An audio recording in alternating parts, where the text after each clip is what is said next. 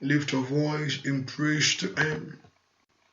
Lift your voice in honor to the Lord, in honor to the King. Let's bless the Lord. Let's glorify Him. Dúpẹ́ lọ́wọ́ Ọlọ́run yìí. Olúwa o ṣeun. Jésù mà ṣeun. Bàbá o ṣeun. Thank Him. Let's bless Him. Let's glorify the Lord wherever you are. Let your heart worship Him. Yẹ kí ọkàn rẹ kó yìn. Let your heart honor the Lord for great things that the Lord is doing right now. For great things that the Lord is doing in your home. For great things that the Lord is doing in the life of your children. For great things the Lord is doing in your marriage. Let's lift our voice in honor to Jehovah God. What a mighty God that we serve. What a King of Kings. That heaven and earth bow before Him. Even the angels worship Him. Let's appreciate the Lord for the goodness of God. Let's appreciate the King for the mercy of Him. Let's give that thanks to Him. Let's say, Daddy, you are worthy of praise. You are worthy of honor. You are worthy of adorations. We lift our voice in honor to you. We lift our voice in praise to your name. Somebody give that thanks to the Lord. Somebody appreciate the King. Dúpẹ́ lọ́wọ́ Ọlọ́run yìí fún orí ọ̀fẹ́ tó rí gbàṣẹ́. Àánú Ọlọ́run tó kó ọyọ lọ́wọ́ ewu gbogbo. Ọba tí òjò dàrú mọ́ lọ́wọ́. Thank Him. Appreciate the Lord. Appreciate Jehovah God. Appreciate Emmanuel. Thank you, Jesus. Thank you, El Shaddai. Thank you, Jesus. Thank you, Holy Spirit of God. Thank you, Jesus. Thank you, Jehovah God. Let's thank Him. Let's bless Him. Let's appreciate Him. Let's honor Him. Let's glorify Him. Let's honor Jehovah God for great things. Let's honor Jehovah God for mighty things. Let's honor Jehovah God for new things. Let's honor Him for what the Lord is doing right now in your life. Let's thank Him. Lord, we thank you. Lord, we appreciate you. Lord, we honor you. Jehovah God, we glorify you. We thank you, Lord, for what you are doing. We thank you, Lord, for what you are doing, oh God. We thank you, Lord, for what you are doing. We thank you, Lord, for what you are doing. We worship you for what you are doing. We exalt your name for what you are doing. We praise your name for what you are doing. Somebody magnify the Lord. Magnify Jehovah God. Magnify El Shaddai. Magnify the Lord Almighty. Magnify the righteous one. Magnify the Holy One. Magnify the one that is faithful. The righteous God, the Holy One of Israel. Give that praise to Him. Give that honor to Him. Sing of praise, sing of glory, sing of honor to His name. Say to Him, He is the Lord. He is the Lord. There is no one beside Him. He is the King. There is no one like Him. He is the Alpha and Omega, the beginning and the end of all things. Lift your voice in praise to your God. Lift your voice in praise to the King. Dúpẹ́ lọ́wọ́ Ọlọ́run yìí, ọba tí ò jẹ́ ìrìn àjò ayé rẹ̀ bàjẹ́. Thank Him. Ọba tí ò jẹ́ ọ̀tá yayọ̀ ìṣẹ́gun lórí ayé rẹ̀ ni. Lift your voice and say, Father, I just want to say thank you. Daddy, I just want to say thank you. Daddy, I just want to say thank you. Daddy, I just want to worship you. Daddy, I just want to honor you. Thank you, Lord, for what you are doing, oh God. Thank you, Lord, for what you are doing, oh God. Thank you, Lord, for what you will do, oh God. Thank you, Lord, for the grace. Thank you, Lord, for this opportunity, oh God. Thank you, Lord Jesus. Thank you, Lord Jesus. Oshibaba. Thank him, the righteous God. Thank him, the Holy One of Israel. Thank you, Lord Jesus. Thank you, everlasting Father. Osho, Osho, Osho, Osho. Osho, Osho, Osho, Osho. Worship him. Worship him. Thank him.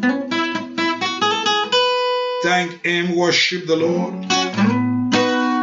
Jesus, show. Olúwa ṣeun lọ́pọ̀lọpọ̀. Ó gbójú mi lọ́wọ́ omijé.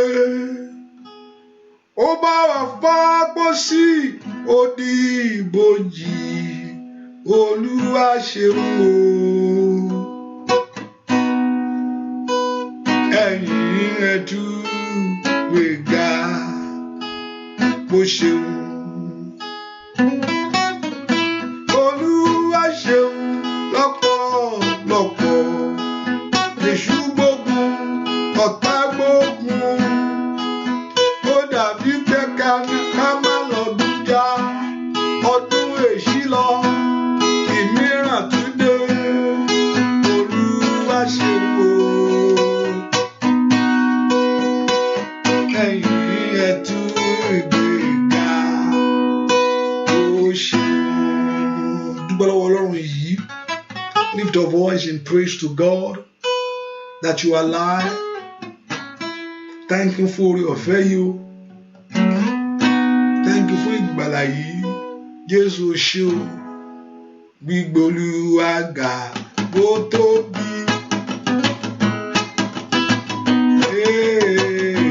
Bó tóbi. Gbígbé Olúwa ga bó tóbi. Bó tóbi. Ẹ bá mi gbé ga. Ga. Gbéga, gbéga. Gbéga, gbéga o, tóbi o. Gbígbé Olúwa ga bó tóbi. Bó tóbi. Óyá, óyá. Ẹlẹ́dàá mi ni bàbá mi ń bá. Óyá, óyá. Olódùmarè bàbá mi ni. Gbígbé Olúwa ga bó tóbi. Bó tóbi. Gbígbé Olúwa ga bó tóbi.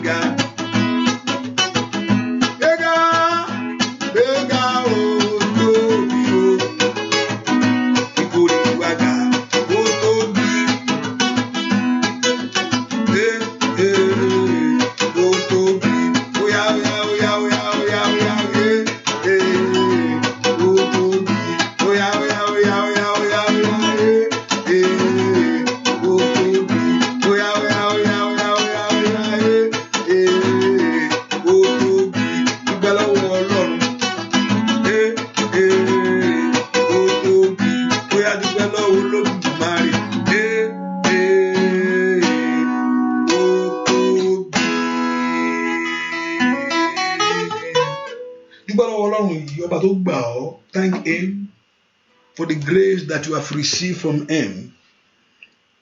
Dúpẹ́ lọ́wọ́ Ọlọ́run fún ayọ̀ tó ní yìí. Thank him for that grace of sufficient that you have received from him. Dúpẹ́ fún àǹfààní ńlá tá a gbà yìí sẹ́. Dúpẹ́ ká dúpẹ́ lọ́wọ́ Ọlọ́run pé Olúwa ṣeun fún ìrìn àjò ayé mi ni. Lord, I thank you. Lord, I worship you. Lord, I honor you. Lord, I bless you. Lord, I glorify you. Lord, I worship your name. Ọlọ́run mo yìn ọ́. Ọlọ́run mo gbé ọ ga. Jésù o ṣé o. Jésù o ṣé o. Jésù o ṣé o. Olùgbàlà ó máa ṣé o. Olùgbàlà ó máa ṣé o. Olùgbàlà mo yìn ọ́. Thank you, Father. Gbọ́ àdúà lórúkọ Jésù Kristi. Olúwa wá ẹ pé Jésù bí tẹ́ wá sẹ́. Ọlọ́run sọ̀kalẹ̀ nínú agbára rẹ̀. Come down in your power to visit my life. Láti bẹ̀ ayé mi wò. Olúwa sọ̀kalẹ̀ wá. Come down in your power to visit my life. Mẹ́kò porúkọ Jésù dára. Bí kí Ọlọ́run kó sọ̀kalẹ̀ wá nínú agbára rẹ̀ kó bẹ̀ ayé rẹ̀ wò. I want you to begin to lift your voice to God. Makandori ma usha kayaba. Makunda yemo usoto yagaba. Makuntori ma usha kayaba. Ẹ pe orúkọ Jésù. That Lord Jehovah God to come down in his power to visit our life. Ọmọlọ́run lánàá gbàdúrà. Orúkọ Jésù. Orúkọ Jésù. Lord, come down in your power. Olúwa sọ̀kalẹ̀ nínú agbára rẹ̀. Kó bẹ̀ ayé mi wò ní ọdún yìí. Somebody pray. Ní orúkọ Jésù. Father, come down in your power. Visit my life. Olúwa sọ̀kalẹ̀ nínú agbára rẹ̀ sẹ́. Ọmọlọ́run lánàá gbàdúrà kó pe Jésù yẹn. Pé kí ẹni mọ Ísírẹ́lì kó sọ̀kalẹ̀ nínú agbára rẹ̀. Kó bẹ̀ ayé rẹ̀ wò ní. Ó yá gbàdúrà. Sọ fún Ọlọ́run alààyè. Lord God of heaven, come down in your power to visit my life. Ó yá gbàdúrà sọ fún Ọlọ́run. Makanda yaba bo soto yaba. Latele makushaka yaba. Lift your voice to God. Orúkọ Jésù yẹn dáadáa. That Lord Jehovah God to come down in his power to visit your life. Olúwa sọ̀kalẹ̀ wá nínú agbára rẹ̀ kó bẹ̀ ayé mi wò. In the name of Jesus. Father, come down in your power to visit my dream. Láti bẹ̀ ìran mi wò. Láti bẹ̀ ayé mi wò. In the name of Jesus. Masondi abagaba. Lateli mokoteke. Come down in your power. Gbọ́ àdúà lórúkọ Jésù Kristi. Olúwa wá ẹ pé orúkọ Jésù ẹnìkan gbàdúrà ohun tí mo gbọ́ rèé. Sọ fún Ọlọ́run. Ègún ìdílé, every generation curse. Remember, Jesus Christ have nailed them to the cross for them that know their right. We're able to come out of it. Jésù ti gbà ó ti gbà ègún yẹn fún àwọn tó mọ ẹ̀tọ́ rẹ̀, tó mọ ẹ̀tọ́ yẹn. Gbogbo ègún ìdílé ètò fàmì sí ọwọ́ ogun ọ̀tá. Every generation curse that surrender your life, that submit your life to every battle of enemies. Gbogbo ègún tó wà ní ìdílé, pé àwọn ìdílé báyìí nǹkan báyìí ni wọ́n lè ṣe, ìdílé báyìí nǹkan báyìí ni wọ́n lè dà, and through the generation curse, ègún ìdílé wa o, ẹ pé ẹlòmíràn fẹ́ kú kò lè kú, ẹlòmíràn ṣe títí ègún ìdílé ló mú mọ́lẹ̀, tó ní ègún ìdílé máa ń bá májẹ̀mú rìn náà. Ẹ pé orúkọ Jésù, gbogbo ègún ìdílé, every generation curses, gbogbo ègún ìdílé ètò fàmì sọ́wọ́ ogun ọ̀tá ní orúkọ Jésù. Nikadalabako satayaba. Let the yoke break today. Let the yoke break today. Olúwa jẹ́ kí ìdè yẹn já. Let the yoke break today. Let the yoke break today. Can you lift your voice and begin to pray in the name of Jesus? Makoko tole makayaba. Father, I pray.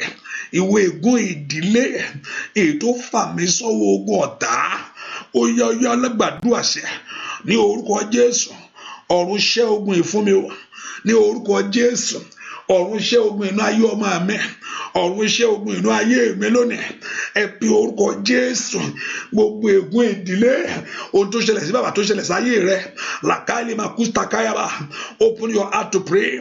Let Jehovah God break that yoke. Let Jehovah God break that yoke. Let Jehovah God break that yoke. Let Jehovah God break that yoke. Let Jehovah God break that yoke. Makatole makusa kayaba. Lentori makushandea. In the name of Jesus, let Jehovah God break that yoke. Open your heart to pray. My Lord and my Father, let Jehovah God break that yoke in your life. In the name of Jesus, let Jehovah God break that yoke in your life. Makotole masanda. Let Jehovah God break that yoke in your home.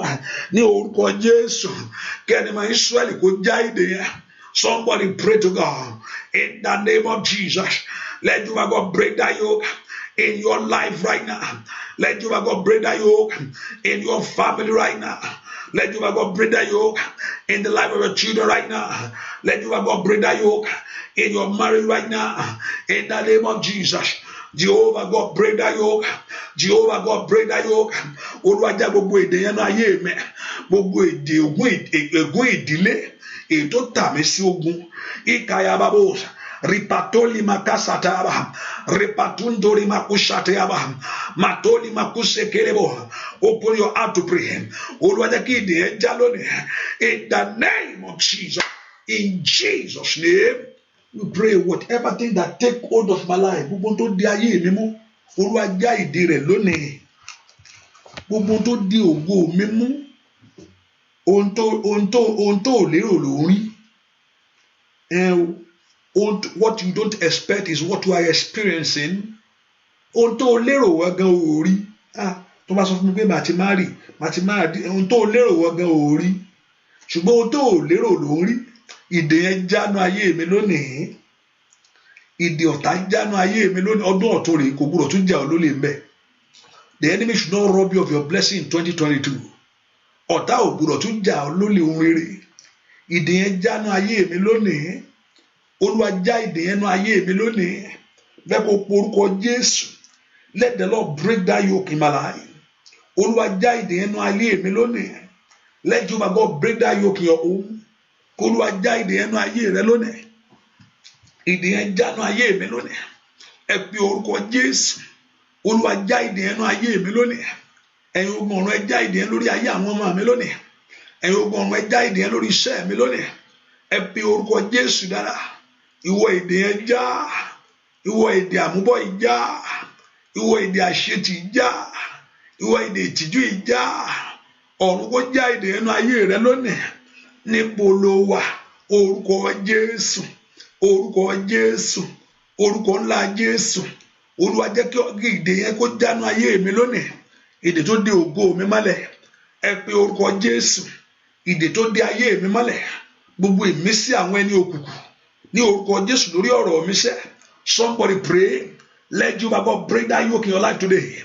Kananda yababo satayaba. Orúkọ Jésù yẹn dá. Let that yoke break over your life. Let that yoke break over your life. Let that yoke break over your life. Ìwọ ìdè yẹn jánu ayé mi. In the name of Jesus. Let that yoke break in my home. In the name of Jesus. Let that yoke break in my family. Ìdè yẹn kó jánu ayé àwọn ọmọ mi. Ní orúkọ Jésù. Óyá. Àṣetì ò gbọdọ̀ tún dìran o. Ní orúkọ Jésù. Àmúbá ò gbọdọ̀ tún dìran. Ní orúkọ Jésù. Àṣetì ò gbọdọ̀ tún dìran. Óyá. Ẹ̀gbọ́n ò gbọdọ̀ tún dìran nú ayé mi. Gbọ́ àdúà lórúkọ Jésù Kristi. Olúwa wa. Ẹ porúkọ Jésù dáadáa. Mo ní kò gbọdọ̀ tún dìran. I don't know whether you should not turn to generation thing. You all know that. I start again. Mo tún bẹ̀rẹ̀.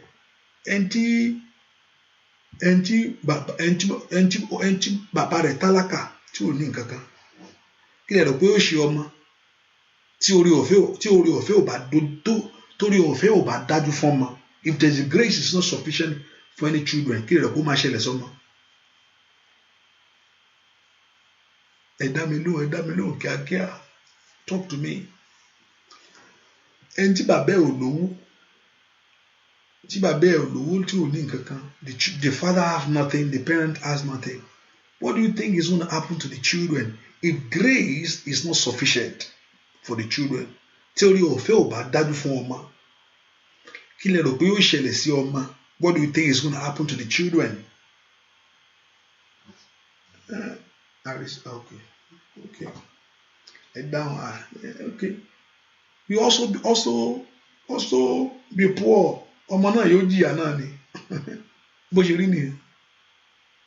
Tí yóò dàgbé nínú ìjà tí wọ́n ń jà, o láti borí ẹ̀, ọmọ rẹ má bàa jẹ́.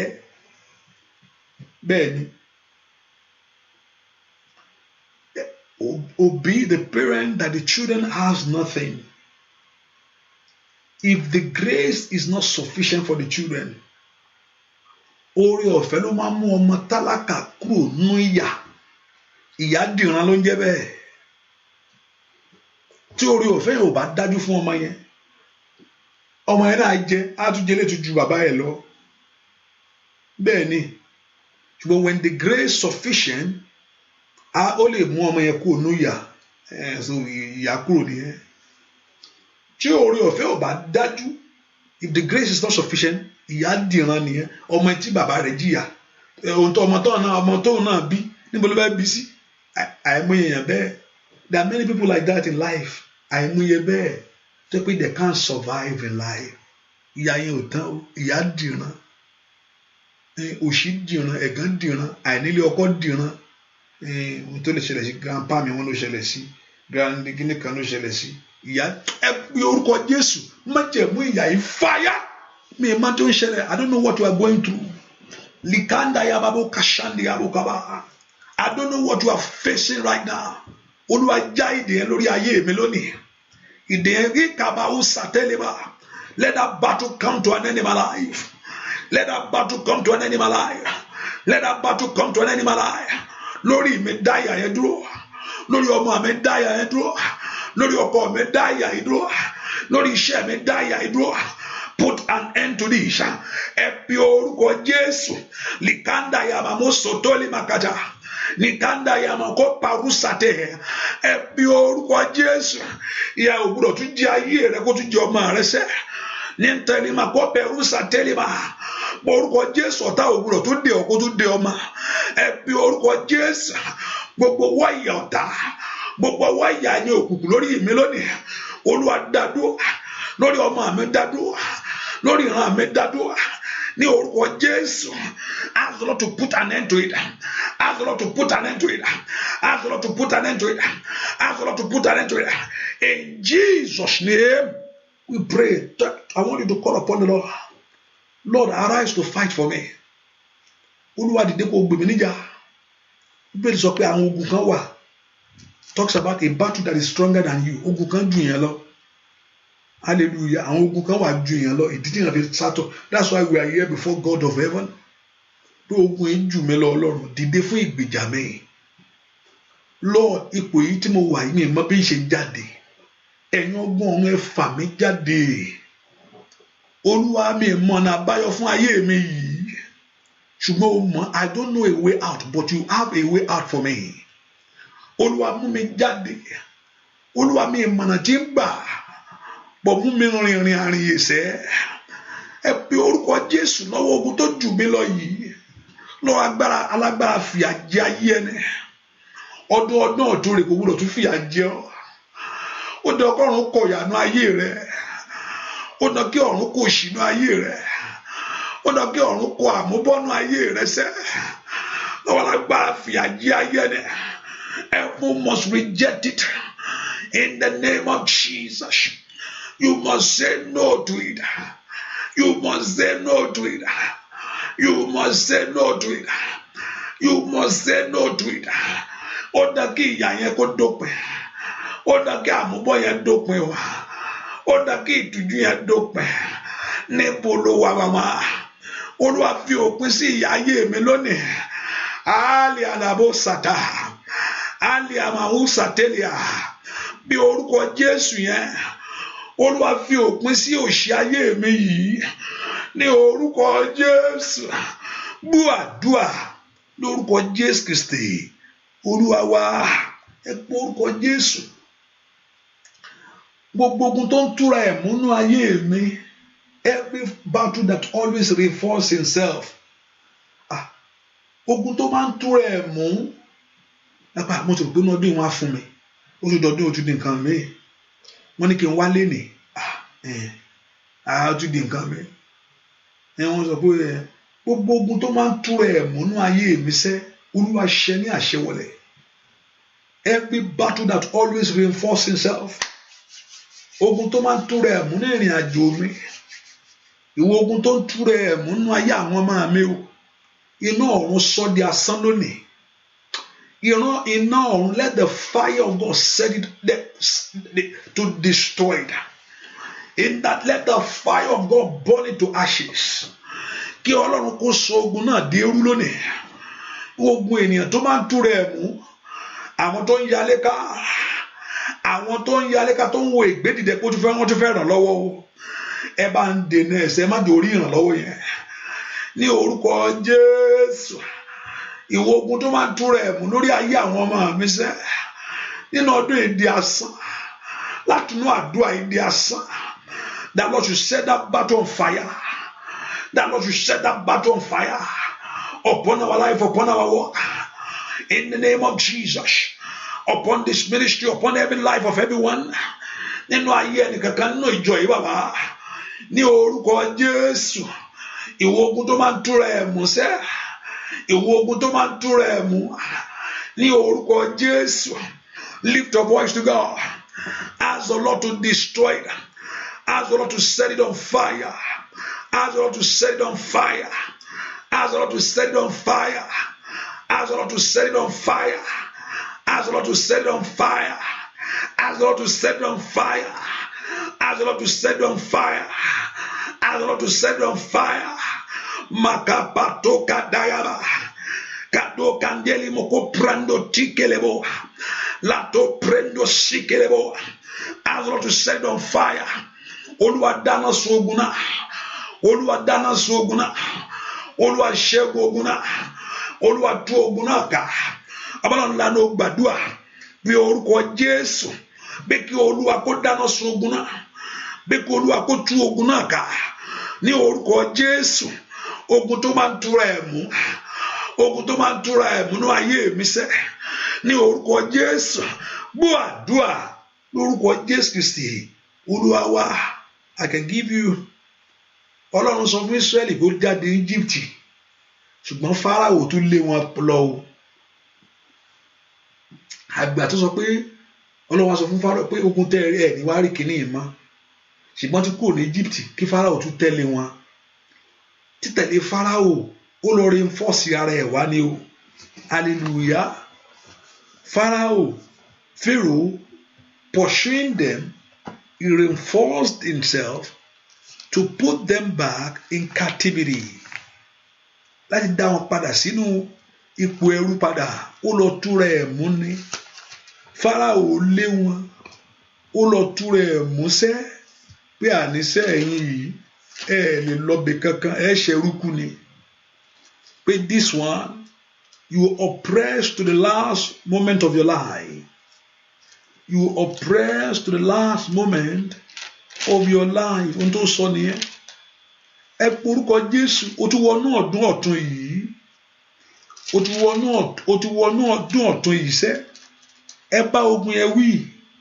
Ìwọ ogun tó máa ń túra ẹ̀ mọ́nú ayé mi. For every battle that reinforces himself. Ogun tó máa ń túra ẹ̀ mọ́nú ìran mi. Ní orúkọ Jésù. Olúwa sọ ogun náà di asán lónìí. Ogun náà Olúwa sọ di asán. Ogun náà Olúwa dáná sun. Olúwa dáná sun ogun náà. Olúwa dáná sun ogun náà. Olúwa dáná sun ogun náà. Olúwa dáná sun ogun náà. Ogun tó máa ń túra rẹ̀ mú. Ogun tó máa ń túra rẹ̀ mú. He can always reinforce himself. Every battle that reinforces himself. Olúwa tú wọn ká. Every battle that reinforces himself against my life, against my children, against my family. Ask the Lord to set them on fire. Set them on fire. Olúwa dáná sógun náà. Olúwa dáná sógun náà. Olúwa dáná sógun náà. Bí orúkọ Jésù. Olúwa dáná sógun náà. Rapatoli makosoto yaba. Gbàdúrà lórúkọ Jésù Kristi. Olúwa má jẹ́ rí ogun náà mọ́. Don't let me see it no more. The Lord told us in Exodus chapter 14, and the Lord said unto Moses, to the people, fear ye not, stand still, má bẹ̀rù. Ẹ ó rí ìgbàlà Ọlọ́run. Ẹ pé orúkọ jẹ́ rí ìgbàlà rẹ ní ọdún yìí. Ẹ o, remember what the enemy is saying. Mo lọ́nà túra rẹ̀ mú wá. Ohun tó wá ń sọ rèé. Only the enemy said, I will pursue. Ọ̀tá sọ pé màá wá lé wọn o. Wọ́n ti kúrò ní Egypt. They have left Egypt. I will pursue and I will overtake. Ó ní pé màá lé wọn, màá bá wọn. Ohun tí ọ̀tá ń sọ nìyẹn o. Pé ẹ filẹ̀ ṣé wọ 2022 ni màá lé, màá bá. Kò rí ẹ mú 2021. O ti wọnú ọdún yìí náà ojú ti ọ̀tá. You are in it already. You are in 2022. Kọ́lọ́run wá mú ọ làájá kó wá fún ọ ní àṣeyọrí 2022 ni. Hallelujah. And one blessing of a year can last you for generations. Ìbùkún ọdún kan ó lè là ọ́ títí ayé. Hallelujah. Ọjọ́ kan láyé ẹni ṣe rere. Ọjọ́ kan láyé ẹni náà sì ń burú. Hallelujah. And the enemy said, I will pursue and I will overtake and I will divide the spoil, my lords, and shall be satisfied upon them. I will draw my sword, màá fa idà mi jáde in my hand, and I shall destroy them. Màá wá pa wọ́n run. Òun ó mú idà òun, òun ó yọ idà òun, òun ó ṣá wọn wẹ́lẹ́wẹ́lẹ́. Ohun tí ọ̀tá, ogun tó ń túra rẹ̀ mú nìyẹn o. Ẹ wá pe orúkọ Jésù. Olúwa dìde fún ìgbàlà mi. Arise for my salvation. He said there are very doors, the virtual doors that open wide, the virtual doors wide open for me. He said there are many adversaries. Àwọn elénìní, àwọn ọ̀tá ilé, ọ̀tá òde pọ̀. Ẹ pe orúkọ Jésù. Olúwa dìde fún ìgbàlà mi. Lord, arise for my salvation in 2022. Nínú ọdún yìí, Ọlọ́run tó pọ̀ nípa àti agbára. Bẹ́ẹ̀ kò dìgbé tí kò dé fún ìgbàlà ìrìn àjò mi sẹ́. Arise for the salvation of my journey. Olúwa dìde fún ìgbàlà ayé àwọn ọmọ mi. Dìde fún ìgbàlà ògo mi. Ọmọ Ọlọ́run lánàá gbàdúrà. Orúkọ Jésù, orúkọ Jésù, orúkọ Jésù, orúkọ ńlá Jésù. Ọba tó pọ̀ nípa àti agbára. Olúwa dìde fún ìgbàlà wa. Ní orúkọ Jésù, arise for our salvation. Láti gbà lọ́wọ́ agbára tí ń lérí mọ́ ayé wa sẹ́. Ní orúkọ Jésù, lọ́wọ́ agbára dojú ti ayé ẹni. Ẹ pe orúkọ Jésù. Olúwa dìde fún ìgbàlà mi. Ó yá màmá. Bí orúkọ Jésù yẹn rà. Olúwa dìde fún ìgbàlà mi. Makaba kusako peru pata. Landaye lè máa kusatúndé lè mokota. Bí orúkọ Jésù kí ẹni máa Ísírẹ́lì kó dìde fún ìgbàlà rẹ ni. Kó dìde fún ìgbàlà ayé ọmọ rẹ ni. Kó dìde fún ìgbàlà iṣẹ́ rẹ ni. Kó dìde fún ìgbàlà ilé rẹ ni. Ní orúkọ Jésù, Olúwa dìde fún ìgbàlà mi. Bí orúkọ Jésù dáadáa kí Ọlọ́run kó dìde fún ìgbàlà rẹ. Makanda yababo le sunto ko rabakata. Bí orúkọ Jésù kí ẹni máa Ísírẹ́lì kó dìde fún ìgbàlà rẹ. Olúwa dìde fún ìgbàlà mi. Olúwa dìde fún ìgbàlà mi. Ó dá dìde fún ìgbàlà mi. Ó dá kí ọwọ́ mi tókè. Ẹ pe orúkọ Jésù. Ó dá kí ọ̀nà àbáyọ là fún ayé mi ni. Wọ́n náà ńlá ló gbàdúrà. Bí Olúwa kó dìde fún ìgbàlà rẹ. Ní orúkọ Jésù. Arise for my salvation. Arise for my salvation. Arise for my salvation. In 2022. Arise for my salvation. In this month, oh God. In this prayer, oh God. Nínú àdúrà yìí. Olúwa dìde fún ìgbàlà mi. Bí orúkọ Jésù dáadáa. Kí Ọlọ́run Ísírẹ́lì kó dìde fún ìgbàlà rẹ. Gbogbo ọwọ́ ajayé ẹni lógun. Ní orúkọ Jésù. That battle with my dream. That battle with my life. Ní orúkọ Jésù. Ọwọ́ tó ń fi ọjọ́ ayé ẹni ṣẹrú. Ọwọ́ tí ń lo ìgbà ayé ẹni. Ó yá. La katolima kuparusate. La prendo tukayaba. In the name of Jesus. Ẹni máa Ísírẹ́lì dìde fún ìgbàlà mi. Bí orúkọ Jésù. In Jesus' name We pray. Ẹ pe orúkọ Jésù. Pharaoh jẹ́ ogun fún àwọn ọmọ Ísírẹ́lì. Pharaoh is a battle to the children of Israel. Ó jẹ́ ogun fún wọn. Ọlọ́run wá sọ pé ohun tó jẹ́ ogun fún yín yìí ẹ ní rí mọ́. This very person that have turned to a battle for you, you will not see it no more. Ó ní pé ẹ ní rí mọ́. Wọ́n sì rí ogun náà mọ́. Ó wò ó títí. Pharaoh ṣègbé pápátá. Ẹ kò porúkọ Jésù. Kí ló dàbí ogun náà ayé rẹ sẹ́? What's like a battle in your life? Kí ló tí ò jẹ́ kí ọkàn rẹ balẹ̀? Ọdún ọ̀tun rèé. Àti ìrìnjìnà ọdún yìí. Ìkẹta rèé. Just the 3 days in it. But you can get what you need in 2022. A lè gba gbogbo ohun tá a nílò ní ọdún yìí. Ẹ pe orúkọ Jésù. Gbogbo tó jẹ́ bí ogun fún ayé mi o, àìrọ́mọbí ni. Èyí ló mú ọ sá kiri yẹn o.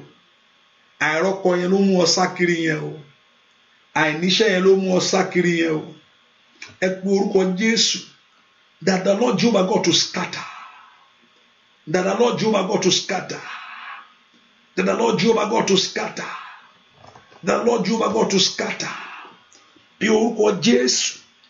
The Lord Jehovah God to scatter. The Lord Jehovah God to scatter. Lift your voice. The Lord Jehovah God to scatter. The Lord Jehovah God to scatter. Kí Ọlọ́run kó túká lónìí.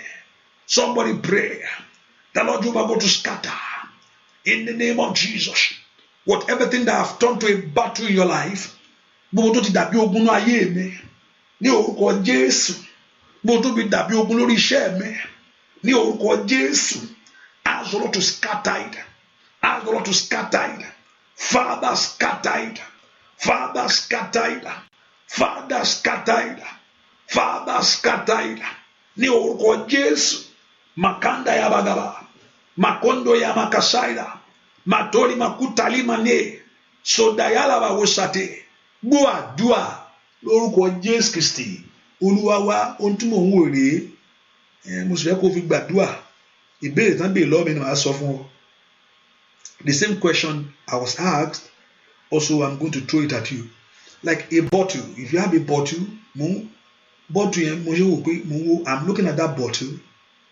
And if the substance in the bottle is not full, maybe you went over to buy a soda, at the store, okay, and the soda, the content in that soda is not full. How do you going to feel? Ohun tí mò ń wò rèé, and that's the question I'm asking. Mo tán bí lọ́wọ́ mi náà mo ń bí lọ́wọ́ yín. Àlèkíyàn tí ìgò bá wà, ìgò mineral. Ṣé mineral ló máa ń pè àbí? I don't know in Nigeria. Ṣé minerals ni àbí? Okay, I think so. Minerals tó dàbí tó máa mú drinks, okay, drinks, okay. So tó bá ní ìgò soda, okay, and the content omi tó wà ń bẹ̀ àbí the juice in it ó jẹ́ àbọ̀. Kí ló máa báwo la ṣe máa feel at that moment? Fẹ́ kó lè fi gbàdúrà ni o torí mò ń wò nǹkan ni. Hallelujah. Pé okay ìwọ tó ń wò yìí kí ló rí? Òun náà lèmi náà ń bè lọ́wọ́ yín pé kí gbogbo àjọ fẹ̀mí wò. Hallelujah. Tí nǹkan ò bá kún dé ẹnu rẹ́dẹ́, ìjẹ́ nǹkan tó fowó rà ni. Hallelujah. Are you going to buy such a thing? Hallelujah. Ẹ dáhùn kíákíá ìbéèrè. Are you going to buy such a thing? Okay, let me look. If it is not complete, okay, I'm actually people too. You will return it. You will return that very thing. Ohun tí mò ń wò rèé, mò ń wò ògùn yẹn ṣùgbọ́n ohun tó wà náà ò kún. Hallelujah. Ohun tó wà náà ò kún is not filled. Ẹ pe orúkọ Jésù. Mú ayé mi kún àkúnwá sílẹ̀. Ọ̀rọ̀ Ọlọ́run sọ bẹ́ẹ̀. Olúwa mú ayé mi kún àkúnwá sílẹ̀. Olúwa mú ayé mi kún ìpín mi kún ònú àbọ̀ ohun rere. Olúwa mú ayé mi kún ònú àbọ̀ ohun rere. Ó wà láàyè ṣùgbọ́n ò ṣe ń táyé ń ṣe. àbọ̀ rere nìyẹn o. You are alive but you are not doing what people are doing. Ilé àwọn èèyàn kọ́lé wo orí tí ẹ kọ́ mbẹ̀ ó wà ní ayé náà nìyẹn o. Hallelujah. Ó wà nílé ọkọ, gbogbo ilé ọkọ ni pé kí gbogbo yín kọ́ pàkẹ́ bímọ ṣùgbọ́n ọmọ ò jáde mbẹ̀. Àbọ̀ rere nìyẹn. Àbọ̀ rere nìyẹn. Ó ń ṣiṣẹ́, you are working but nothing to point to. Ó rí nǹkan kan pé ilẹ̀ ni mo rà, ilé mo kọ́ o. Ó wà lẹ́nu iṣẹ́, ìgbéga ò sí. Àwọn tó dé lẹ́yìn àwọn èèyàn tó dé lẹ́yìn those that after you they are being promoted. Wọ́n rí ìgbéga yẹn ṣùgbọ́n ojú kan tó gbà wọ́n sí náà ló ṣì wà. Ẹ pé orúkọ Jésù. Olúwa mú ìpín mi kúrò ní àbọ̀ rere. Ẹ mú aago mi kún àkúwá sílẹ̀. William Akaili Masaida. Ẹ pé orúkọ Jésù. Olúwa mú ìpín mi kún abundance, overflow, overflow, overflow, overflow, overflow. Kò lọ́wájú òlo ẹ̀yìn kò yẹ mí bàbá. Oyè ọmọlọ́lá ló gbàdúrà. Orúkọ Jésù. Kò lọ́wájú òlo ẹ̀yìn kò yẹ ayé mi sẹ́. No time, no back, no forward, no backward. Stagnancy ò gbúdọ̀ ṣẹlẹ̀ sí ayé mi. Somebody pray. Ní orúkọ Jésù. Kò gbé nǹkan kò gbà nǹkan. Ìkàdé àndàyàbá. Olúwa mú ìpín mi kúrò mẹ́. In the name of Jesus. Nínú àbọ̀ rere. Ní orúkọ Jésù. Olúwa mú ìpín mi kúrò. Nẹ̀tàlí màkú parúsàtẹ̀. Can you pray that prayer? Ǹjẹ́ o lè gbàdúrà iṣẹ́? Ní orúkọ Jésù. Mú ìpín ọmọ mi kúrò. Mú ìpín ayé mi kúrò. Mú ìpín iṣẹ́ mi kúrò. In the name of Jesus. Mú ìpín mi kúrò. Somebody pray that prayer. Latoli mako parusata. Lakandori makusateleba. In the name of Jesus. Open your heart to prayer. Make any man Israeli. Kó mú ìpín rẹ kúrò ní àbọ̀ rere láyé. Ní orúkọ Jésù. Olúwa mú ìpín mi kúrò ní àbọ̀ rere. Àwọn náà lánàá gbàdúrà tọmọtọmọ. Tilé tíṣẹ́ mi. Oya. Níbo ló wà sẹ́? Makoba rupatayaba. Indayele makusateleba. Can you pray that prayer? Ní orúkọ Jésù. Olúwa mú ìpín mi kúrò ní àbọ̀ rere. Ní orúkọ Jésù. Jẹ́ kí aago mi kún àkúnwá sílẹ̀. Overflow of your grace. Overflow of your goodness. Overflow of your mercy. Overflow of your kindness. Overflow in the name of Jesus. Somebody pray that prayer. Lánàá kó gbàdúrà yẹn. Ó dá kí ìpín rẹ kó kú ní àbọ̀ rere o. Ní orúkọ Jésù. Ẹ mú mi ìpín mi kú ní àbọ̀ rere. Makanda ya bagaba. Makandele boko sandia. Makandole moko seya. In the name of Jesus. Lónìí, ẹ mú ìpín ọmọ mi kú ní àbọ̀ rere. In the name of Jesus. In Jesus' name, we pray. Gbogbo tó yẹ kó kún tí ò kún. Ẹ pé orúkọ Jésù. Olúwa mú ìdádúró kù nínú ayé mi. Ó yẹ kó ju bẹ́ẹ̀ lọ ṣùgbọ́n kò ju bẹ́ẹ̀ lọ. Ìdádúró nìyẹn. That's stagnancy. Ohun tó yẹ kó kún tí ò kún. Ó ní pé kí n wò ó. Ó ní ṣe mo rí ìgò yẹn. Bẹ́ẹ̀ ọ̀nà mo gbé lọ pé gbọ́n tí nǹkan bá wà tí ò kún kí ló ń ṣẹlẹ̀ yẹn o. Ẹni tó lọ ra half soda tó lọ ra half drinks á dá padà ṣáà ní gbà kí lélẹ̀. That person will feel cheated. Ìyànjẹ lè nà án. Gbogbo agbá tí ń yàn ọ́ jẹ ní orúkọ Jésù. Gbogbo agbá tí ń yan ayé wa jẹ lónìí lórí ohun rere tó yẹ kó kàn wá. Lórí ohun tó yẹ kó kún àkúnwá sílẹ̀. Gbogbo alágbá tí ń yan ìpín ọmọ rẹ jẹ. Ó kàwé kò rí nǹkan fi ṣe. Líkàbábó sàtáyàbá. Ó jìyà lórí ọmọ òun fẹ́ kó jèrè ọmọ sẹ́. Gbogbo agbá tí ń yan ìpín wa jẹ lónìí. Ikababo sotoyaba that trouble our life. Ikatayaba that is cheating our life. Gbogbo agbá tí ń yan ìpín wa jẹ lórí ohun rere. Ní orúkọ wà ń lu yẹn ohun tó yẹ kó kàn ẹ́ kò kàn ẹ́. ohun tó yẹ kó gbà kó gbà á. Gbogbo agbára tí ń yan ìpín mi jẹ ní orúkọ Jésù. Gbogbo agbára tí ń yan ìpín ayé wa jẹ.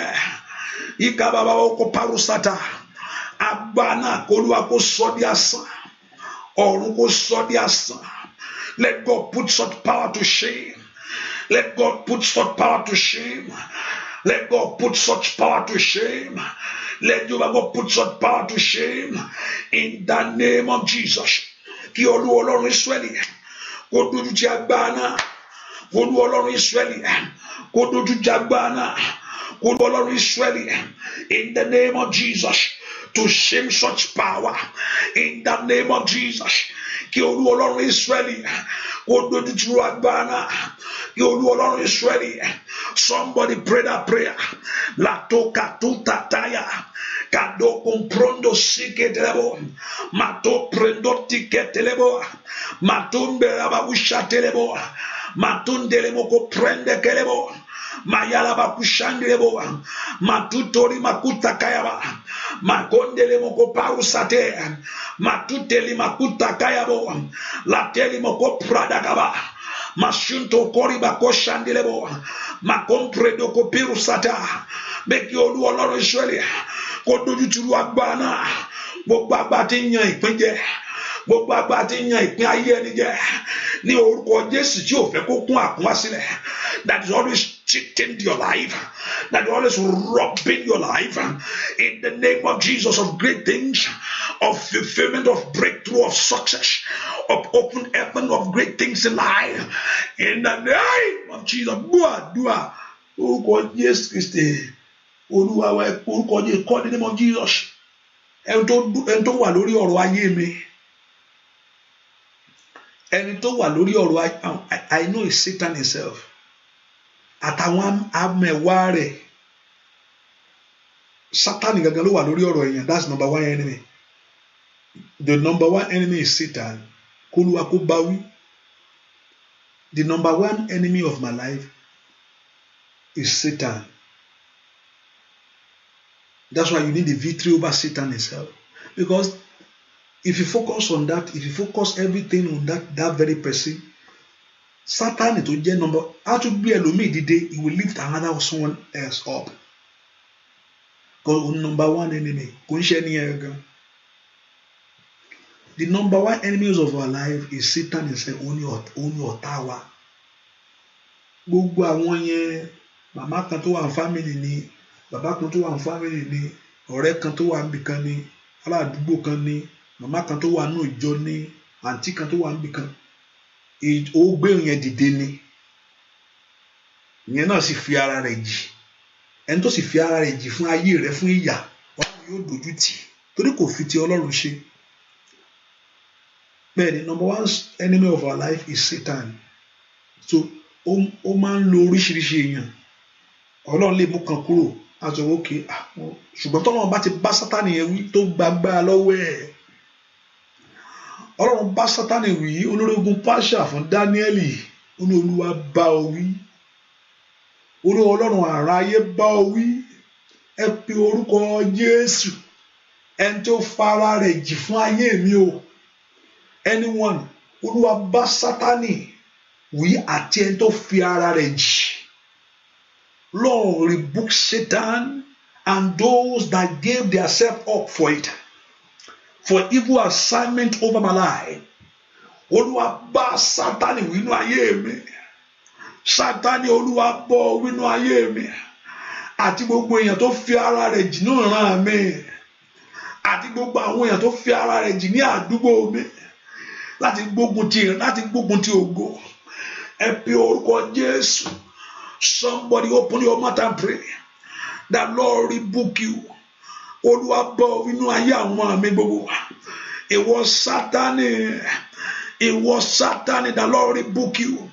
And those that volunteered themselves, those that gave themselves up for your downfall, those that gave us themselves for your shame. Àtàwọn tó fi ara rẹ̀ jì fún ìtìjú ayé wa ṣe, fún ìdíwọ́ ògo. Ẹ pe orúkọ Jésù. The Lord rebuke you. Somebody pray that prayer. Somebody pray that prayer. Somebody pray that prayer. Somebody pray that prayer. Ẹnìkan gbàdúrà ẹsẹ̀ ní orúkọ Jésù. Sátánì Olúwa bọ̀ wí àtàwọn tó fi ara rẹ̀ jì fún ìṣubú ayé mi sẹ́, fún ìdènà, fún àìrọ́mọbí mi, fún àìrọ́kọ mi. Nataya, those that gave themselves to the assignment of your downfall, of your shame, of your trouble, of your disappointment. Somebody pray that prayer. And gbàdúrà Olúwa bọ̀ wí lónìí. Ìwọ Sátánì àtàwọn tó fi ara rẹ̀ jì lórí ọmọ mi. Olúwa bọ̀ wí ní orúkọ Jésù. Àtàwọn tó fi ara rẹ̀ jì fún ìdíwọ́ ìkàbà ní gbogbo ọ̀nà nínú ìjọsẹ́. Oya lórílẹ̀-èdè iṣẹ́ Olúwa bọ̀ wí. The Lord rebuke you. Ayagabagaba látekele moko parupasaya lisondori makunda yaba. Olúwa bọ̀ wí ìwọ Sátánì àtàwọn tó fi ara rẹ̀ jì fún ìpín mi sẹ́. In the name of Jesus. In Jesus' name we pray. The Lord rebuke you, Satan. Let my doors open. Ilẹ̀kùn mi ṣí. Ire tó wù ọ́ òjò tẹ̀ lọ́wọ́. The what you want in life, you are. Ohun tó wù ọ́ tá ń fìyà ẹ̀ jẹ ọ́. Ó wù kọ́ mọ́ dìde, ó wù kọ́ mọ́ gbérí, ó kọ́kọ́ gbérí. Ṣùgbọ́n ọ̀tá wa ń fi oríire jẹ ọkọ kí wọ́n náà wà nílé ọkọ. Ó lọ kí wọ́n náà wù ọ́ náà kí wọ́n náà ní màndìyà. Hallelujah. Ó wù ọ́ náà wọ́n ní oríire ń wù. Ó wù ọ́ kí wọ́n náà gun ọkọ̀ gidi. Gbogbo agbára tó ń fi orin dùn mí, gbogbo agbára tó ń fi orin jẹ ayé mi níyà. Jábèsì orin jẹ ń yà, ó sátọ̀ Ọlọ́run lọ ni.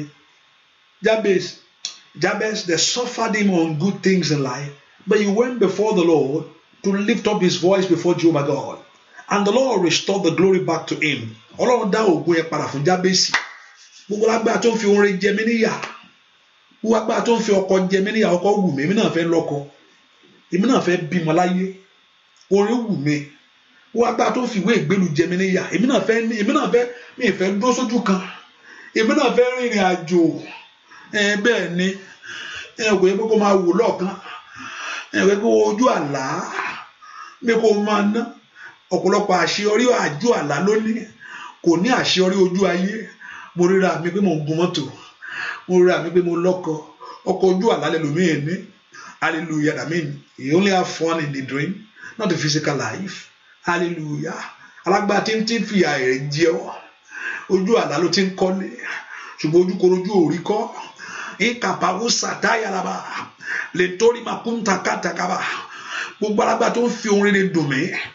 Ẹ̀ndàyàbà, every power that suffered my life on great things, on new things, ní orúkọ Jésù. Gbogbo alágbá tí ń fi orin jẹ ayé mi níyà, tó ń fi orin jẹ ayé ọmọ mi níyà. Ẹ̀pì orúkọ Jésù. Lord, put such power to shame. Olúwa dójú tì irú agbára náà. Olúwa já gbogbo èdè ẹnu ayé mi. Olúwa bá agbára ẹ jẹ́ o. Gbogbo iṣẹ́ wọn lórí mi sọ di asán. Gbogbo iṣẹ́ wọn lórí ayé mi sọ di asán. Gbogbo iṣẹ́ wọn lórí ọ̀nà mi sọ di asán. Olúwa sọ that the Lord rebuke you. In Jesus' name, we pray this a new year. In 2022, you must find completion. In 2022, you must find perfection. In 2022, you must find satisfaction. Orere ó yẹ kó ṣẹlẹ̀ ní ayé ẹ̀. Ọjọ́ òwúrọ̀ tó lọ mọ́ ọ lọ́wọ́. 12 months ní, ó kù 11 months báyìí. Bóyá àmọ̀ pé ó kù 11 months. 11 months ló kù. Ó ti gbẹ́nu wọ January báyìí. Yáyáyá ó ti wà nú ẹ̀. Hallelujah. Ìyí tó kù, ó yẹ kó mú àṣeyọrí jáde mẹ́. Ó sì lè lóyún ní ọdọọdún yìí o. Oṣù mẹ́sàn-án lèèyàn fi ń gbé. You can still get pregnant. Ó sì lè lọ́kọ. Orin yẹn sì lè papọ̀. Tọ́lọ́run bá darí ẹ̀ sọ́kọ. Àìmọye tó ń marry mi ní gbogbo. I'm not saying you should do that o, please o. Ìyẹn lè pàdé èèyàn ní ìfarabalẹ̀ náà ló ṣe díẹ̀ náà. ṣùgbọ́n tọ́lọ́run bá pẹ́ Ọlọ́run ló darí ẹni ẹ wá lẹ́yìn oṣù kan tàbí oṣù méjì èèyàn lè má rí courtship oṣù méjì ó dáa kéèyàn ṣe courtship but mo sọ pé tọ́lọ́run bá ló darí ẹni ẹ wá I put the comma there if God the one that send the person tó yẹ kó fowó ara rẹ mú ní sùúrù kò wò dáadáa o hallelujah ṣùgbọ́n jẹ́ pé Ọlọ́run ló wà lẹ́nu iṣẹ́ lọ́wọ́lọ́wọ́ pé àníṣe mo fẹ́ dùn ẹnu wàá rọ́kọ̀ ìgbà tọ́lọ́run dùn Isaac ní ọjọ́ kan ló pàdé ẹ̀ Sarah ọjọ́ kan ní ọjọ́ kejì ọgàn tó bá ṣèṣe ní ká tètè máa lọ àyẹ̀wò ẹ̀kọ́ torí pé Ọlọ́run bá Isaac rìn ìrìn àjò yẹn ó bá rìn àjò ó mú Elizabeth wá at that time wọ́n sì pàdé torí pé Ọlọ́run lọ́wọ́ sí ó sọ pé tẹ bá ẹ bèrè lọ́wọ́ mọ̀ he asked the little girl whether she wanna go she don't know them she never see Isaac before kò mọ Isaac rí ṣùgbọ́n kó tó pé Ọlọ́run ti ní ọwọ́ sí ìrìn àjò yẹn wọ́n bèrè lọ́wọ́ ọmọ pé ṣé ó máa bá wọn lọ pípa ẹjọ́ ẹ fún mi ní 6 months ẹjọ́ ẹni kó máa kọ lẹ́tà wá náà kó máa selfie ká máa wúra wa kò ní kó selfie náà hallelujah ó sọ fún ọ pé màá tẹ̀lé lọ I will follow them torí pé Ọlọ́run lọ́wọ́ sí so kí ló ṣẹlẹ̀ o lè rí ọkọ nínú ọdún ìnà kó tó di next month kó o gbà baby ọkọ mi ṣe tán torí pé Ọlọ́run lọ́wọ́ sí ṣùgbọ́n ilé tó bá ń wá fún ara rẹ bó ṣe ń fẹ́ gbé ojú kan wò lájú méjìjì lẹ́ẹ̀kó fi wò dáadáa torí ìgbéyàwó gangan lágbára ilé tọ́lọ́run gangan fún ẹ gangan ó ní ìdádúrà torí ọkàn yẹn ọkàn ni he deal with a man have his own decision Ọlọ́run gá sọ ọkọ fún èèyàn àlọ́kù tì fẹ́ ayé ẹ no mo sọ́ọ̀rì mi lè fẹ́ ṣé kíní kan fọkọ ẹ mi náà ti mi lè ṣe lórí èèyàn ní ọkàn so èèyàn náà ní mind ẹ so Ọlọ́run I give a man a free will so in that time of marriage when there is a free will so it takes a wisdom of God in a place where there is a free will and there's a free will in a marriage which even though God can tell the person and the person can say no I'm not going to do that but in your decision you are giving account to him no matter the decision you make so ibi tí o bá ti pé nǹkan kan èèyàn where there is free will you need the grace of God to intervene when there is a free will of a man upon anything in life even tọ́lọ́run sọ fún ọgbọ́n ó lè sọ pé tí I'm sorry you will bear the consequences of that decision yóò jèrè nǹkan tó ṣe yẹ but he has a free will but I know mo sorry mo fẹ́ kó máa lọ ni máa filẹ̀ ó máa lọ ẹjọ́ kó pack bag ẹ̀ ó ní mo fún ẹ ó gbé báàgì ẹ̀ ó ń lọ ó máa jáde ni yóò sì jáde Ọlọ́run lè máa fọsẹ̀ gbà ó máa wọlé o ó máa pẹ́rù ẹ̀ bẹ́ẹ̀ Ọlọ́run lè máa sọ̀rọ̀ ojú kó jáde sókè ó ti ní kó máa lọ ó máa lọ náà ni àbọ̀ Ọlọ́run bọ̀ tí wọ́n lágbára lórí ẹ̀ náà bá a sọ kí kẹ́rù mi wọlé Ọlọ́run lè máa sọ bẹ́ẹ̀ because the man have a free will but in that decision he will give account for it hallelujah ẹ bí orúkọ Jésù gbogbo ogun agbógun dìde lórí ayé mi nínú ọdún yìí tó fẹ́ kí n ní àṣeyọrí Olúwa dójú ti ogun náà Father put that battle to shame in my life Father put that battle to shame in my life Father put that battle to shame in my life Olúwa dójú ti ogun náà ogun tí ayé gbé ti ayé mi yìí Father put that battle to shame in my life Father put that battle to shame in my life ogun tí ayé gbé ti ayé àwọn ọmọ mi yìí Father put that battle to shame. Thank you my righteous God in Jesus name we pray. I want to share the grace now. I want to begin to declare over your life. Listen, what I told you, please, Jacob, until you declare it that you will connect your spirit. Má rò pé ọ̀rọ̀ lásán ni òun sọ nǹkan kan sínú ayé ẹ̀. Mo ní tó mẹ́ta yẹn bá lè ṣẹlẹ̀, those 3 things can happen for you this year. That's Psalm 67 verse 1. Tí òun mẹ́tẹ̀ẹ̀ta yẹn bá lè ṣẹlẹ̀ nínú ayé ẹ̀, tó bá lè ṣẹlẹ̀ nínú ayé wa, ìyanu ti ṣẹlẹ̀ nìyẹn o. Tí àdúrà Psalm 67 verse 1 yẹn bá lè ṣẹ nínú ayé rẹ̀ nínú ọdún yìí, kò sí dààmú mọ́. Gbọ́ nǹkan tó sọ. Remember I'm saying it, tó bá lè pé kíní yẹn kó wọnú ìpín ẹ pẹ̀lú ẹ̀. Ó ní God be merciful unto me. Lord be merciful unto ṣàánú fún mi. Bùkún mi. Jẹ́ kí ojú rẹ kó mọ́lẹ̀ sí mi lára.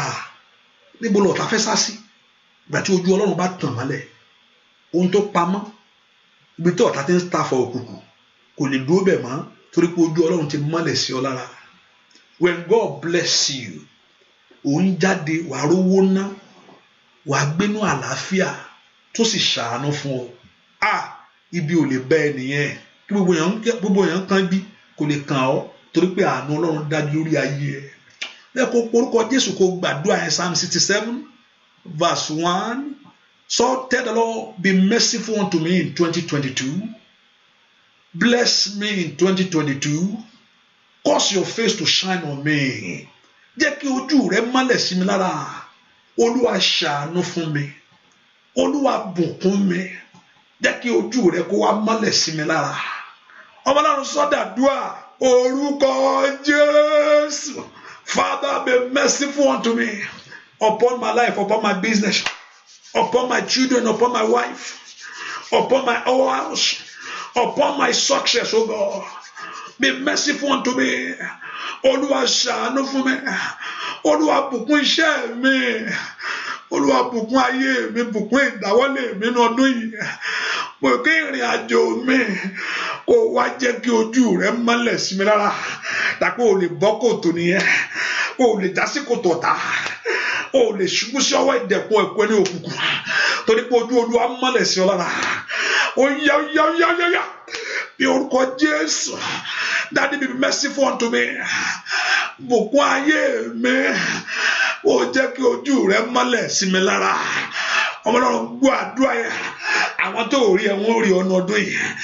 Àwọn tó mọ̀ ó mọ̀ ọ̀nà ọdún yìí. Wọ́n fìrí ayọ̀ kàn ọ́. Ó yá. Tell the Lord, be merciful unto me. Kó wá bùkún mi. Kó wá jẹ́ kí ojú rẹ mọ́lẹ̀ sí mi lára.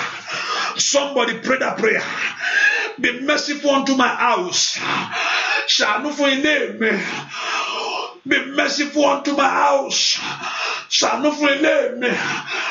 Bless my house. Bùkún ilé mi. Let your face shine upon my house. Kí ojú rẹ kó mọ́lẹ̀ sí ilé mi lára. Àmọ́ lánàá gbàdúrà ní orúkọ Jésù. Father, be merciful unto your children. Father, bless them and cause your face to shine upon them. Olúwa ṣàánú fún ayé àwọn èèyàn yìí. Jẹ́ kí ojú rẹ kó mọ́lẹ̀ sí wọn lára. Ní gbogbo ọ̀nà sẹ́. Thank you, righteous God. Gbọ́ àdúrà lórúkọ Jésù Kristi. Olúwa wá. Ọjọ́ ayọ̀ tó ti ń retí. That day of that joy that you have been waiting for. Father, let it manifest. Father, let it manifest. Father, let it manifest. Father, let it manifest. Father, let it manifest. Father, let it manifest. Ọjọ́ ayọ̀ rẹ lórúkọ Jésù kó farahàn. Kó rí bẹ́ẹ̀ fún ayé. Ilẹ̀kùn yín kó ṣí. Let the doors open. Lord, that open the door. Let the doors open. Ilẹ̀kùn yín kó ṣí fún yín lónìí ọdún yìí. Bẹ́ẹ̀ ni ó sì rí. In Jesus' name we pray. Let's pray for the ministry and for the church. I know many of us, you have your own church. Pastor, we're going to do it because we start. I told them how the prayer line started with the church. Hallelujah. So let's pray for the church. Even though you pray for your own church and pray for this ministry also, those that you have your own church, and let's pray that the hand of the Lord should be upon the church. God has promises. The promise of God over the church to come to pass. He has declared, kò sí bí ọ̀tá ṣe lè ṣe tó kò lè borí ìjọ Ọlọ́run. Nǹkan tí ọ̀tá ò mọ̀ nìyẹn. Ó lè fì í, ṣùgbọ́n kò lè borí ẹ̀. Àwọn ohun ní ìjọ Ọlọ́run. The gathering of the children of God. Ọ̀tá ò lè borí ẹ̀. Ó lè fì wọ́n o. Ó lè ṣe Adrian. There are many. The Romans government. Hallelujah. Caesar. All those people want to destroy the church, but the church is still standing. There's a persecution of the church, but ìjọ Ọlọ́run sì dúró dè ní torí Ọlọ́run ti sọ̀rọ̀ kan bẹ̀ ó lè fi o ṣùgbọ́n kò lè borí ẹ̀ ó ní ogun ọ̀run àpáàdì ó ní kì yóò borí ìjọ Ọlọ́run that means the gathering of the children of God ó lè fi ó lè ṣe nǹkan fún wọn o ṣùgbọ́n kò lè borí ẹ̀ òun kọ́ ló máa wí ọ̀rọ̀ àṣẹ ti jáde ẹ ká sọ fún Ọlọ́run ó sọ pé ó ní ìjọ rẹ ogun ọ̀run àpáàdì kì yóò borí gbogbo ogun ọ̀run àpáàdì lórí ìjọ rẹ bàbá upon our church upon our ministry upon this ministry Olúwa túká pátápátá gbogbo ogun ọ̀run àpáàdì ní every gathering of the darkness one every gathering of the evil one gbogbo ogun ọ̀run àpáàdì lórí ìjọ Olúwa tú wọn ká oya ai makaili masaile bakailia in the name of Jesus we pray oh God every gate of hell gbogbo ogun ọ̀run àpáàdì ní orúkọ Jésù Olúwa tú wọn ká scatter them in the name of Jesus scatter them ní orúkọ Jésù scatter them ní orúkọ Jésù scatter them ní orúkọ Jésù gbogbo ogun ọ̀run àpáàdì every gate of hell ní orúkọ Jésù ọ̀run tú wọn ká Olúwa fọ́ wọn ká dúà lórúkọ Jésù Kristi Olúwa wa àgbàdo will come together in faith today over every gate of hell over your church oh God ní gbogbo ọ̀nà over this ministry over every life pé gbogbo àwọn tó kóra wọn jẹ Olúwa tú wọn ká Ọlọ́run mọ bó ṣe máa tú wọn ká Ọlọ́run á fi ikú tú ẹlòmíì ká ó kù sọ́wọ́ Ọlọ́run Hẹ́rọ́dù ikú lọ́lọ́run fi tú ká ó wá kù sọ́wọ́ ẹ̀ Olúwa tú wọn ká Olúwa tú wọn ká Olúwa scatter them Olúwa tú wọn ká ayé àwọn eléyìí kó láyọ̀ let your life receive that joy let your life receive that miracle let your life receive that blessing in the name of Jesus. You are going higher. Let the favor of God rest upon you. Let the favor of God rest upon your life. In the name of Jesus. Go from glory to glory.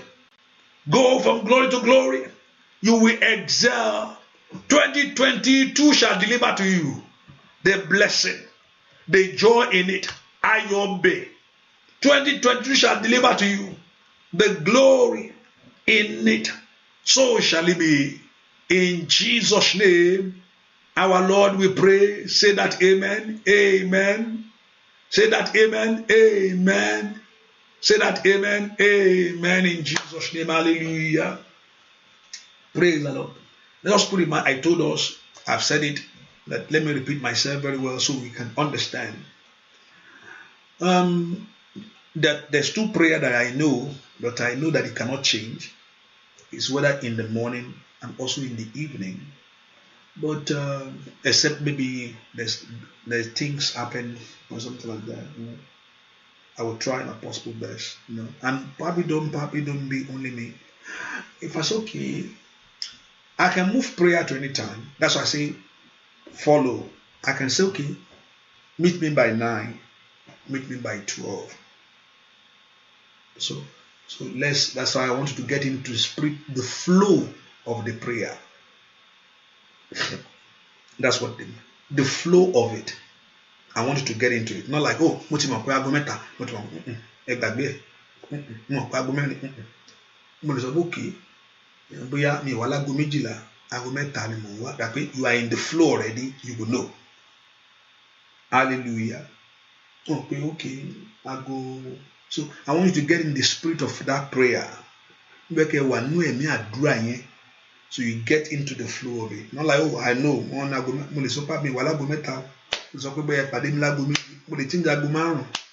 Hallelujah. But get into the flow of this prayer so you can get the blessing of it. Hallelujah. So and also believe it's going to answer. Forget about what you have prayed before. The Lord will crown all those things. I'm going to join now. Have that faith. By faith you receive. And I know the Lord that told us to call on Him is ready to give to you. Your doors will open. Ilẹ̀kùn yóò ṣí. Gbogbo ilẹ̀kùn tẹ́ fẹ́ wọnú ẹ̀ lọ. Every doors that you want to enter will open unto you. In that, because He has the key, He will open unto you. Adilọ́wọ́ ò ní di lọ́wọ́. And I can say, meet me at midnight. And I say, anytime, So, and probably don't be only me. You probably see some people just flow along and pray. Hallelujah. And I probably say, join me on Zoom. I don't want to come on Facebook. I don't want to come on YouTube. That I'm just going to be on Zoom. I just come Zoom, Facebook, 3 times and just don't. Sometimes I don't want it to be a private prayer. Sometimes, I like it to be just to be private, not media things. I love that. I know the Lord you, but to get to it has to be media for us. But it's okay. But just flow with the flow. And I know the Lord you will go will help us in Jesus' name. Mo pé àdúrà rẹ yóò gbà.